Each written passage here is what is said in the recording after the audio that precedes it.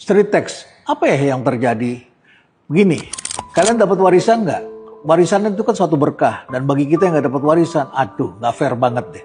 Tapi oke lah, dapat warisan itu suatu keberkahan, maka jaga baik-baik, apalagi itu warisan sebuah perusahaan. Itulah yang terjadi dengan street tax. Kakak beradik ini mendapatkan warisan perusahaan yang udah jadi, kemudian udah jadi pabrik, permintaan juga udah banyak.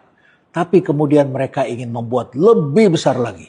Boleh, tapi jangan agresif dan akhirnya kemudian ngambil utang.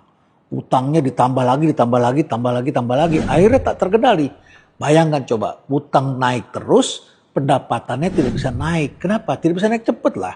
Apalagi ada COVID. Kemudian demand-nya kemudian turun, kemudian ya market belum bisa bergerak.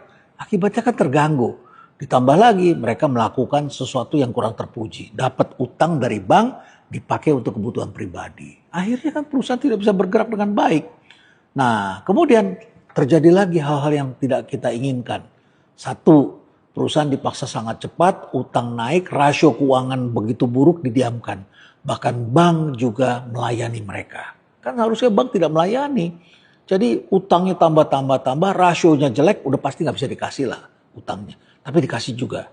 Misalnya saja interest coverage ratio mereka. Itu juga memburuk sekali, jelek sekali.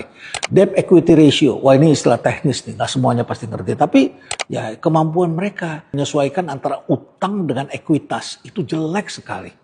Nah, utangnya naik terus, pendapatan turun, akhirnya asetnya turun, dan akhirnya kemudian tidak bisa bayar utang. Nah, ketika dapat utang, kan kita harus hati-hati juga. Utang itu harus di-manage, resikonya besar. Banyak perusahaan-perusahaan atau restoran yang bagus sekali, ramai sekali. Ya kita tidak perlu cemburu terhadap mereka, itu rezeki mereka. Tetapi apa yang terjadi? Kenapa kemudian restoran itu ditutup? Rupanya dibiayai oleh hutang. Dan kemudian pemiliknya mempunyai gaya hidup mewah. Ini masalah. Bagi kalian yang ingin melihat benang merah dari kasus-kasus seperti ini, coba lihat film dokumenter di Netflix yang berjudul Bad Boy Billionaire India. Wah itu kasusnya jelas-jelas banget. Nah gaya hidup mewah pemimpin ini antara lain tercemin dari mobil, dari segala macam lah. Di museum mereka, museum juga keren banget. Tapi mereka dikenal sebagai kolektor barang-barang seni. Mereka punya lukisan-lukisan Affandi, kemudian Raden Saleh, Hendra Gunawan dan sebagainya. Nah kalau sudah gaya hidup mewah akibatnya apa? Dapat utang dipakai untuk nyawer utang pribadi. Kan ini nggak tepat.